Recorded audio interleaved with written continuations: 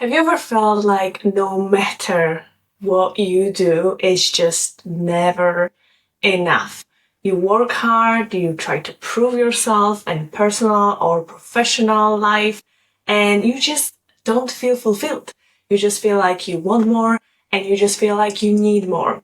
And that needing more and wanting more is the answer for final fulfillment. If this resonates with you, stick around, because not only I need to tell you a harsh truth that you will never feel fulfilled if this is your strategy for fulfillment, but also I want to share my story, how I got out from this cycle and how you can do that too. For anyone new here, I'm Justina. I'm an occupational psychologist and empowerment coach. And I love optimization and I love fulfillment, and I want everyone to live fulfilled life and happy life, so then they can be living their life to the fullest and be kind to one another. Not too long ago, I was in this cycle. I'm ambitious and a high achiever, and I'm really efficient. So I would set myself ambitious goals and I would achieve them. And then guess what? It would not be enough. I would want to get another goal accomplished. I would move from one thing to another. It was never enough. I was never happy. And people were asking me, what else do you want? You just cannot stick around because it's just never enough for you. But I was believing that I'm so close to final fulfillment, that one more goal. Once I have this, I will finally stop and feel fulfilled. And guess what? After I achieved one goal, it wasn't over. I wanted more. I was craving this internal validation that whatever I've accomplished, it is already enough. I was like literally craving it. But of course, achieving my milestones that I set myself up for was great.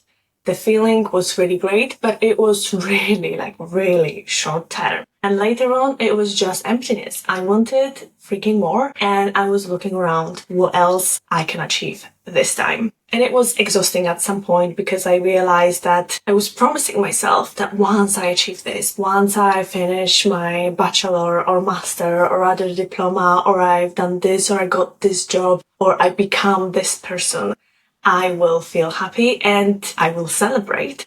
But it never happened. And then the moment I got it, it was okay for a while, it was okay for one day, but I wasn't happy long term, and I was already looking for something better and better. So at some point I just realized that I don't think it has anything to do with the amount of achievements I've accomplished, and it is everything to do with my self-worth and how I see my accomplishments. And the story begins basically like probably every high achiever story begins. As a kid, I was a good student with great grades, with ambitious plans to become a doctor or a lawyer. I was also dancing ballet, which was demanding, and I was juggling school with my million of extra classes after school, and that was my norm. And because that was my norm, I got really quickly comfortable with that level of juggling 500 different things. I saw that I can and it is possible.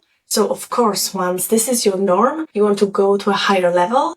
So I wanted more. I left my home country to study abroad, and I finished bachelor and master's in English in London, and I truly enjoyed it. And even though it was not my first language and I passed all the tests with flying colors and I really enjoyed it, it wasn't enough. I was working 500 different jobs in hospitality, research, business operations, HR, finance, you name it.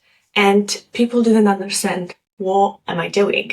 And I didn't even understand what am I doing, because none of those jobs was fully fulfilling. So I was jumping from one job to another. It was always the same story. I achieved something, and after 1 month, sometimes even after 1 week, I would just treat it like it's nothing, I just need more. And I really thought that at some point there is something wrong with me, because even my family and my friends were saying like, Justina, are you okay? Like, you liked this job 1 month ago. What's wrong with it? And I really couldn't answer those questions. It's not like the job was horrible. It's not that there was a problem with something. It was that I wanted more, and I didn't feel like this is something that is truly reaching my full potential. I was basically hungry for more. And then something happened, something changed. I've changed. And now I'm still ambitious and high achiever, but I slowed down a little. And if all my achievement that I've achieved so far would be all I've ever done in my life and no more, I would be okay with that. And that's the peace we are all looking for. I know a lot of people that are still in this I need more mindset. And here's why we fall into this trap. Our brains are wired to seek approval. From a very young age, we are socialized to measure our value by external metrics. Same like in the job, you are wired to measure the performance or whether your strategy is working. You are wired to measure it. Same with our value, our worth, and whether there is even a point of us existing in society. So we unconsciously measure our success, our recognition, or maybe even just approval from our parents or our friends. We want to feel the sense of belongingness, which is one of the basic instincts of human beings, but we also are driven by fame and maybe respect and success, whatever that means to you. And this becomes a problem when you start basing your value or your worth on external achievements. This is the cycle that will bring you nothing but disappointment. Study shows that this reliance on external validation creates a feedback loop that makes it harder to ever feel content. It's like you're being on the treadmill. You try running, and it is never ending story, and you're never reaching the goal you wanted. And also external validation can be really unstable. Tell me how many times you were relying on someone else's approval and the moment they stopped approving something, your world just crumbled. So if the external validation is so unstable, it can create a literal roller coaster of your emotions and you questioning your worth until you decide that you're basically worthless. And for me, everything changed when I asked myself, what are my achievements? Because I knew that I'm meeting my goals, but perhaps I was not really acknowledging what really happened, how much work I put into that, and how much it meant to me and to the world. And also, the question was whether I celebrated my achievements. And spoiler alert, I haven't. And funny thing is that if my best friend would achieve something, I would be jumping from joy and celebrating for weeks and make sure that she celebrates it at least with me, that moment and that achievement. But if I've done something, well, I was gathering the congratulations from others because of course they were happy for me. But I was undermining whatever was happening and saying like, yeah, I'm happy. But what's next? And that was definitely the problem, not seeing my worth, not acknowledging what I've done, not stopping myself for a moment and looking back like, look, we've done this all. It took me a while to sit down, write my achievements and realize how long it took me to get where I wanted to go, how hard it was, how many emotions it took from me until I achieved that goal. And then I realized, whoa, it is powerful. It really costed me a lot and it really took a lot of my hard work and dedication. And I should appreciate it because it wasn't nothing. So it really took me a long time to understand that I should celebrate my achievements and finally acknowledge what I've done in my life and be happy with whatever I have. And if I want more, I can go and get more, but at least I feel like it is enough at this point. Of course, I can always have more. But there are also people who rely on external validation as an escape from their problems. And this approach might not necessarily work for them because the problems needs to be addressed. You can't run from them forever, even though I know I try to avoid a lot of problems and I've learned my lesson that they never go away. Sooner or later, You actually need to address them, or your body will address it, or you will just lash out at someone, and you will address it probably not in the way that you want it and not the smartest way, but you will address them. So better address it on your terms rather than uncontrollably one day by accident. And people who escape from their problems by seeking external validation usually think this way: as long as somebody is telling me that I am great, well, that has to be truth. So keep on telling me that I'm great, so maybe I will believe that too. And spoiler alert, again, it doesn't happen this way, unfortunately. If we feel like perhaps we might not be worthy of whatever other people might be telling us, we might still, half of us at least, believe that whatever they're saying is not true. So it doesn't matter how much of external validation you will get, you will need more, because if you keep on filling the jar with a hole, you will never fill it in.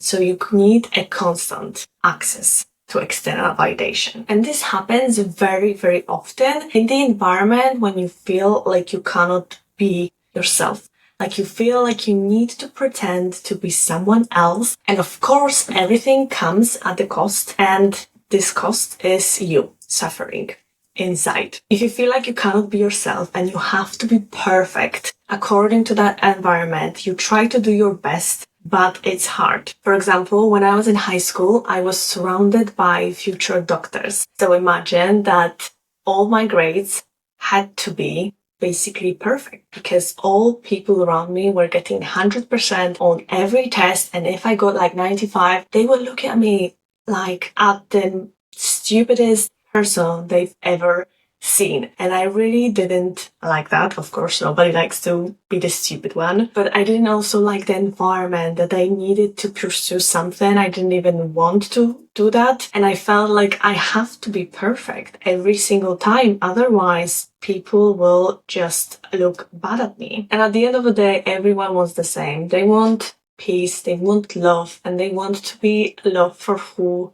they are. So if they feel like they cannot show all their inconsistent 500 different personalities, because human beings are not perfect and they are extremely, extremely complex, then they will hide behind some facade and unfortunately seek the feedback from others. How am I doing in this environment? Because I cannot be myself. I need to follow the instructions. So as long as I get external validation saying that I'm doing great, then I guess I'm doing great, because I don't know how to measure this, because I don't understand this environment and I want to be myself, but I cannot. So you tell me how I'm doing. So if you're stuck in this cycle, here are some things that help me and might help you, and there is no side effects. So you can just try them out whenever you feel like it. First, get clear, like super, super clear what brings you joy. We don't ask ourselves this question. We do whatever we feel, whatever success means, whatever fame and recognition means, respect. We follow others. We ask others for advice. We